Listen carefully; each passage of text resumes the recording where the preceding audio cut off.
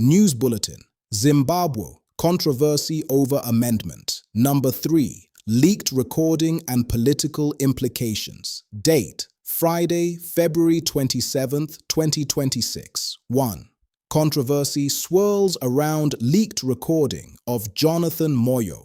A leaked audio recording purportedly featuring political strategist and former government minister Jonathan Moyo allegedly outlining a strategy to influence the constitutional amendment bill, number 3, has sparked intense debate online and among Zimbabwean political interlocutors.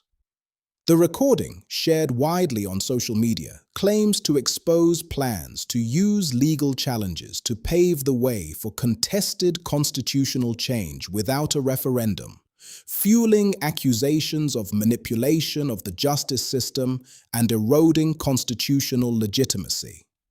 Supporters of this interpretation argue that, if true, the contents of the call signal collusion between former insiders and elements supportive of constitutional change, raising serious concerns about transparency, judicial independence, and democratic norms. 2. Jonathan Moyo denies allegations. In response to the circulation of the audio, Professor Jonathan Moyo has publicly rejected the claims, denouncing the leaked recording as mischaracterized and illegally obtained.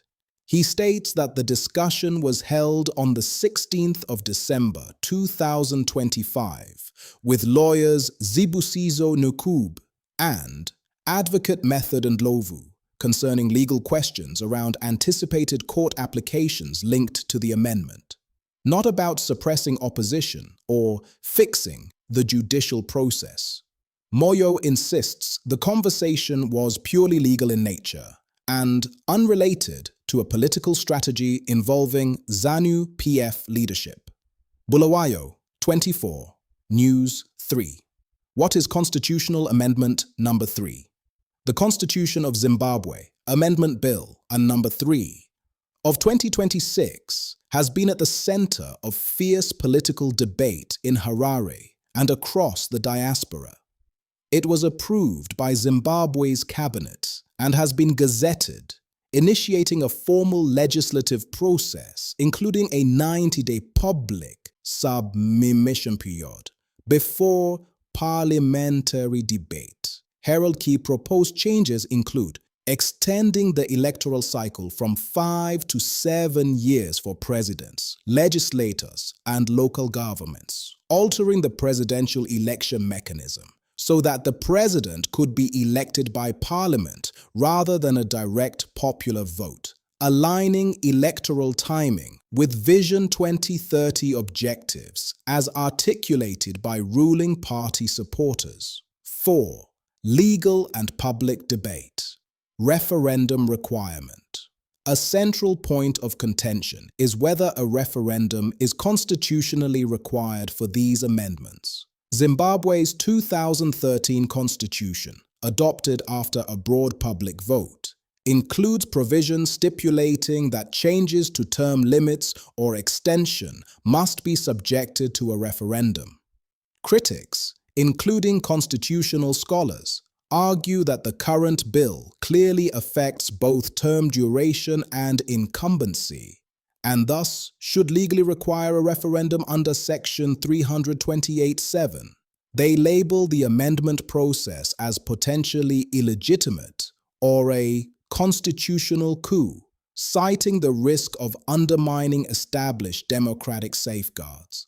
The Zimbabwean proponents within the ruling party counter that the bill deals with election cycles rather than direct term limit changes, and therefore does not trigger the referendum clause, a position still fiercely debated by legal experts. 5. Political context, Vision 2030 and national division. The ruling Zimbabwe African National Union Patriotic Front, ZANU-PF, and its leadership have framed the amendment bill as a necessary legal reform to support national stability and Vision 2030 economic goals. a strategic long-term development blueprint. Provincial party organs have publicly endorsed the bill and mobilized in its support. Herald opposition parties, civil society leaders, and public commentators remain sharply critical, arguing that circumventing a referendum or manipulating legal processes to extend presidential tenure, particularly for President Emerson Mnangagwa beyond the 2028 electoral timetable, would erode constitutional democracy and fuel instability. Al Jazeera 6. International impact and geopolitical undercurrents.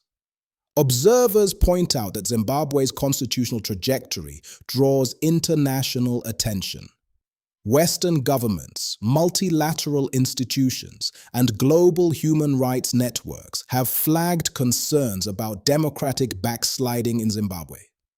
Debates over term limits and constitutional integrity echo broader regional anxieties about governance norms in Southern Africa. International intelligence interests, including from Western and African partners, have been cited in political commentary, underlining Zimbabwe's significance in continental geopolitics. Contextual interpretations from political commentary. 7. What comes next? Public consultations on Amendment Bill Number 3 are ongoing, inviting citizen submissions. Parliament is expected to debate and vote on the bill subject to constitutional thresholds. Legal challenges or interpretations, including potential constitutional court applications, may determine the legitimacy and enforceability of any changes. Political mobilization, both in support and opposition, is likely to intensify as Zimbabwe's electoral calendar approaches. Summary. The leaked recording controversy has amplified already deep divisions over constitutional amendment number 3 and Zimbabwe's political future, as key players dispute the interpretation and legality of both the recording and the bill itself. Citizens and observers remain alert to how constitutional norms, judicial processes, and political legitimacy will shape the nation's path ahead.